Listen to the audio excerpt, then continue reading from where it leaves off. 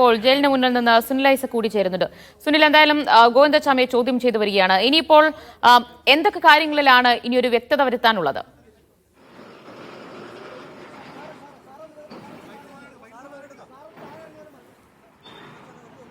ദിവ്യ, അങ്ങനെയല്ല.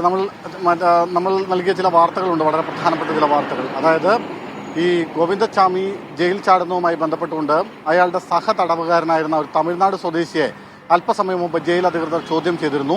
അതിൽ നിന്ന് ചില നിർണായകമായ വിവരങ്ങൾ ഇപ്പോൾ ജയിൽ അധികൃതർക്ക് ലഭിച്ചിട്ടുണ്ട്. അതിന്റെ വിശദാംശങ്ങൾ നമ്മൾ അല്പസമയം മുമ്പ് പുറത്തുവിട്ടിരുന്നു. അതായത് ഈ ആഴ്ചകൾക്ക് മുമ്പ് തന്നെ ഗോവിന്ദച്ചാമി ജയിൽ ചാടാനുള്ള പദ്ധതികൾ ആസൂത്രണം ചെയ്തിരുന്നു എന്നാണ് ഈ സഹതടവുകാരൻ പറയുന്നത്.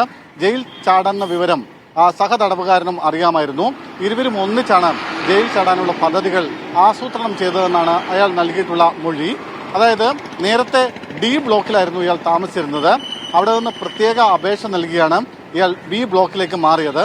എന്തുകൊണ്ടാണ് ഡി ബ്ലോക്കിൽ ഉണ്ടായിരുന്ന ഗോവിന്ദച്ചാമിയെ പൊടുന്നനെ നോക്കിയാൽ, പെട്ടെന്ന് ഒരൊറ്റ നോട്ടത്തിൽ നോക്കിയാൽ മനസ്സിലാകാത്ത തരത്തിൽ കാഴ്ചക്കപ്പുറത്തേക്കുള്ള ബി ബ്ലോക്കിലേക്ക് മാറ്റിയത് എന്ന ചോദ്യത്തിന് ജയിൽ അധികൃതരാണ് വരും മണിക്കൂറിൽ ഉത്തരം നൽകേണ്ടത്. എന്തായാലും നിലവിൽ ഇയാൾ 14 വർഷക്കാലമായി കണ്ണൂർ സെൻട്രൽ ജയിലിലാണുള്ളത്. കുറേ വർഷങ്ങളായി ഇയാൾക്ക് ജയിലിനെ കുറിച്ച് കൃത്യമായി അറിയാം. ജയിൽ ഉദ്യോഗസ്ഥരെ അറിയാം, ജയിലിന്റെ രീതികൾ അറിയാം, ജയിലിന്റെ മുക്കിനും മൂലയും അറിയാവുന്ന ആളാണ്. അയാളാണ് ഈ ഡി ബ്ലോക്കിൽ നിന്ന് ബി ബ്ലോക്കിലേക്ക് മാറ്റം ആവശ്യപ്പെട്ട 5-6 മാസം മുമ്പ് കത്ത് നൽകുന്നു. അതിന്റെ അടിസ്ഥാനത്തിൽ അയാളെ ഡി ബ്ലോക്കിൽ നിന്ന് ബി ബ്ലോക്കിലേക്ക് മാറ്റി. നേരത്തെ റിപ്പർ ജയാനന്ദനൊക്കെ ഉണ്ടായിരുന്നത് ഡി ബ്ലോക്കിലാണ്. അവിടെ നിന്നാണ് ഇയാളെ ബി ബ്ലോക്കിലേക്ക് മാറ്റുന്നത്. ബി ബ്ലോക്കിന്റെ ഒരു പ്രത്യേകത, ഈ റോന്തിലുള്ള ഉദ്യോഗസ്ഥൻ, അതായത് ജയിൽ ഉദ്യോഗസ്ഥൻ ഒറ്റ നോട്ടത്തിൽ നോക്കിയാൽ ഈ ജയിലിനുള്ളിലുള്ള, ഈ സെല്ലിനുള്ളിലുള്ള ആളെ കാണാൻ കഴിയില്ല. ഡി ബ്ലോക്കിൽ പക്ഷേ ഡയറക്റ്റ് തടവുകാരനെ കാണാം, ബി ബ്ലോക്കിൽ അത് കാണാൻ കഴിയില്ല. അതുകൊണ്ട് കൃത്യമായി പ്ലാൻ ചെയ്താണ് ഇയാൾ ബി ബ്ലോക്കിലേക്ക് മാറുന്നത്. കഴിഞ്ഞ 28 ദിവസമായി സഹതടവുകാരനും ഇയാളും കൂടി ചേർന്ന് ഇതിന്റെ കമ്പി അറുത്തു മാറ്റുന്ന പണിയായിരുന്നു ചെയ്തുകൊണ്ടിരുന്നത്. ഇവർ ഒരുമിച്ച് ചാടാൻ തീരുമാനിക്കുന്നു. അങ്ങനെ ഇന്നലെ അർദ്ധരാത്രിയോടുകൂടി ഈ കമ്പി പൂർണ്ണമായും അടർത്തി മാറ്റി ആ കമ്പിക്കുള്ളിലൂടെ ഇയാൾ ചാടി പുറത്തിറങ്ങി. കമ്പിക്കുള്ളിലൂടെ ചാടി ഗോവിന്ദച്ചാമി പുറത്തിറങ്ങുന്നു. പക്ഷേ കുറച്ചുകൂടി ശരീരപ്രകൃതിയുള്ള, തടിച്ച പ്രകൃതമുള്ള ഈ സഹതടവുകാരന് ചാടാൻ കഴിയുന്നില്ല. അതിൽ ഈ ജയിലിൽ നിന്ന് കിട്ടുന്ന CCTV ദൃശ്യങ്ങളിലൊക്കെ അത് കൃത്യമാണ്. ഇയാളോട് ഇങ്ങനെ പുറത്തേക്ക് ചാടാൻ പലവട്ടം ഗോവിന്ദച്ചാമി ഇങ്ങനെ കൈകൊണ്ട് കാണിക്കുന്നുണ്ട്, ചാടാൻ ആവശ്യപ്പെടുന്നുണ്ട്. പക്ഷേ അപ്പോഴൊന്നും അയാൾക്ക് ചാടാൻ കഴിയുന്നില്ല. അങ്ങനെ ആ കമ്പിയുടെ വിടവിലൂടെ പുറത്തേക്ക് ചാടാൻ കഴിയാതെ വന്നതോടുകൂടി ഇയാൾ ഗോവിന്ദച്ചാമിയോട് രക്ഷപ്പെട്ടോളാൻ ആവശ്യപ്പെടുകയും അയാൾ ജയിൽ ചാടണ്ടെന്ന് തീരുമാനിക്കുകയുമായിരുന്നു. അങ്ങനെയാണ് 3:20 ഇയാൾ സെല്ലിൽ നിന്ന് പുറത്തിറങ്ങുന്നതും. അതിനുശേഷം 2 മതിലുകളാണ് ഇവിടെ ഉള്ളത്. നമ്മൾ ഈ പുറമേ കാണുന്ന ഒരു വലിയ മതിലിന് പുറമേ ചെറിയ ഒരു മതിൽ കൂടിയുണ്ട്. ആ മതിൽ ചാടുന്നത് ഈ വെള്ളം എടുക്കാൻ ഉപയോഗിക്കുന്ന വീപ്പയുണ്ട്. ആ 2 വീപ്പകൾ അടുക്കി വെച്ച് അതിന് മുകളിൽ കയറിയാണ് ഒന്നാമത്തെ മതിൽ അയാൾ ചാടുന്നത്. രണ്ടാമത്തെ മതിൽ ചാടാനായി ഉപയോഗിക്കുന്നത് ഇയാളുടെയും സഹതടവുകാരന്റെയും പുതപ്പടക്കമുള്ള വസ്ത്രങ്ങൾ, ബെഡ്ഷീറ്റ് അടക്കമുള്ള വസ്ത്രങ്ങളുണ്ട്. അതുമായിട്ടാണ് ഇയാൾ വരുന്നത്. അത് കെട്ടിയാണ് ഇതിന് മുകളിലൂടെ പോകുന്ന വൈദ്യുതി വേലിയുണ്ട്, ഈ പ്രധാനപ്പെട്ട ജയിൽ മതിലിന്റെ മുകളിലൂടെ പോകുന്നത്, അതിലേക്ക് കൊളുത്തി അതിലൂടെ വലിഞ്ഞു കയറി അപ്പുറം ചാടുകയാണ് ചെയ്യുന്നത്. സാധാരണഗതിയിൽ രാത്രികാലങ്ങളിൽ ഈ വൈദ്യുതി വേലിയിലൂടെ വൈദ്യുതി പ്രവഹിക്കാറുണ്ട്. പക്ഷേ കഴിഞ്ഞ 5-6 മാസമായി ഇതുവഴി വൈദ്യുതി പ്രവഹിക്കുന്നില്ല. കാരണം പല കാരണങ്ങൾ പറയുന്നുണ്ട്. ഒന്ന്, ജയിലിൽ മതിയായ ഇലക്ട്രീഷ്യന്മാരില്ലാത്തത് പറയുന്നുണ്ട്. മറ്റൊന്ന്, കഴിഞ്ഞ മഴക്കാലത്ത് അതിനോട് ചേർന്ന മതിൽ ഇടിഞ്ഞു വീണ പ്രശ്നമുണ്ട്. അതിന്റെ ഭാഗമായി അവിടുത്തെ വൈദ്യുതി നിലച്ചിട്ട് ഇപ്പോഴും മാറ്റിയിട്ടില്ലെന്ന് പറയുന്നു.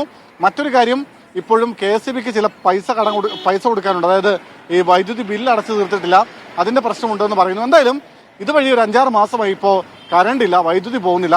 അത് കൃത്യമായിട്ട് അറിയാവുന്ന ആളാണ് ഗോവിന്ദച്ചാമി. അതുകൊണ്ട് തന്നെ അതുവഴി ചാടിയാണ് അയാൾ രക്ഷപ്പെടുകയും ചെയ്യുന്നത്.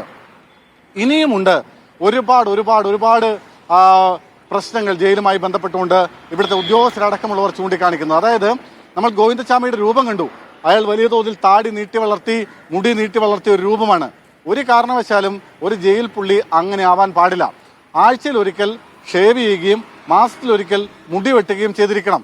പക്ഷേ ഈ നിയമം ഗോവിന്ദച്ചാമി അടക്കം ജയിലിലെ പല തടവുകാർക്കും ഇപ്പോഴും ബാധകമല്ല എന്നതാണ് യാഥാർത്ഥ്യം.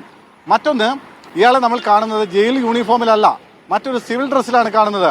എങ്ങനെയാണ് ജയിൽ യൂണിഫോമിലല്ലാതെ ഒരു തടവുകാരൻ ജയിൽ ചാടി പുറത്തിറങ്ങുന്നത് എന്നൊരു ചോദ്യം കൂടിയുണ്ട്. കണ്ണൂർ സെൻട്രൽ ജയിലിലെ പല തടവുകാരും ഇപ്പോഴും യൂണിഫോമിലല്ല, അവരുടെ വീട്ടിൽ നിന്ന് കൊണ്ടിരുന്ന സിവിൽ ഡ്രസ്സിലാണ് എന്നാണ് ജയിലിനുള്ളിൽ നിന്നുള്ള ഉദ്യോഗസ്ഥരടക്കമുള്ള ആളുകൾ ചൂണ്ടിക്കാണിക്കുന്നത്. മറ്റൊന്ന്, ഒരു സെല്ലിൽ നിന്ന് മറ്റൊരു സെല്ലിലേക്ക് ആവശ്യമില്ലാതെ ഒരു തടവുകാരനെ മാറ്റാൻ പാടില്ല. അപ്പോഴാണ് സി ബ്ലോക്കിലുണ്ടായിരുന്ന ഗോവിന്ദച്ചാമിയെ ബി ബ്ലോക്കിലേക്ക് മാറ്റി കൊടുക്കുന്നത്. ഇങ്ങനെ അടിമുടി വീഴ്ചകളുടെ ഒരു പരമ്പര തന്നെയാണ് കണ്ണൂർ സെൻട്രൽ ജയിലിനുള്ളിൽ നിന്ന് പുറത്തേക്ക് വരുന്നത്. അതിന്റെ ഭാഗമായിട്ടാണ് ഇയാൾക്ക് ജയിൽ ചാടാനുള്ള, ഒരു കൊടും ക്രിമിനലിന് ജയിൽ ചാടേണ്ട ഒരു സാഹചര്യം ഒരുങ്ങിയത് എന്നാണ് ജയിലുമായി ബന്ധപ്പെട്ട് നിൽക്കുന്ന ആളുകൾ നമ്മളോട് പറയുന്നത്. ഉദ്യോഗസ്ഥർ, അവിടെ ഉണ്ടായിരുന്ന തടവുകാരടക്കമുള്ള ആളുകളോട് സംസാരിക്കുമ്പോൾ അവരങ്ങനെയാണ് പറയുന്നത്. എന്തായാലും ഗോവിന്ദച്ചാമിയെ തിരികെ കണ്ണൂർ സെൻട്രൽ ജയിലിലേക്ക് കൊണ്ടുവരുന്നില്ല എന്നാണ് നമുക്ക് ലഭിക്കുന്ന വിവരം. കൊണ്ടുവരും, അത് നിയമപരമായ ഒരു നടപടി പൂർത്തിയാക്കുന്നതിന്റെ ഭാഗമായിട്ടാണ്. അതിനപ്പുറത്തേക്ക് ഇവിടെ അയാളെ പാർപ്പിക്കാൻ ഉദ്ദേശിക്കുന്നില്ല. കുറെ കൂടി സുരക്ഷയുള്ള വിയ്യൂർ സെൻട്രൽ ജയിലിലേക്ക് ഗോവിന്ദച്ചാമിയെ മാറ്റാനുള്ള ധാരണയായിട്ടുണ്ട് എന്ന വിവരം കൂടി നമുക്ക് ഈ അവസരത്തിൽ ലഭിക്കുന്നുണ്ട്. എന്തായാലും അടിമുടി വീഴ്ചകൾ തന്നെയാണ് ഉണ്ടായിട്ടുള്ളത്. ഗോവിന്ദച്ചാമിയെ പൊടുന്നതിനെ തന്നെ സെല്ല് മാറ്റുന്നു, ബ്ലോക്ക് മാറ്റുന്നു. അത് വലിയ രീതിയിൽ ഗോവിന്ദച്ചാമിക്ക് ഗുണം ചെയ്തിട്ടുണ്ട്. ആ രീതിയിൽ വലിയ വീഴ്ചകൾ ഉദ്യോഗസ്ഥരുടെ ഭാഗത്തു നിന്നുണ്ടായിട്ടുണ്ട് എന്ന് തന്നെയാണ് വ്യക്തമാകുന്നത്. സുനിൽ ഐസക്കാണ് വിവരങ്ങൾ നൽകിയത്.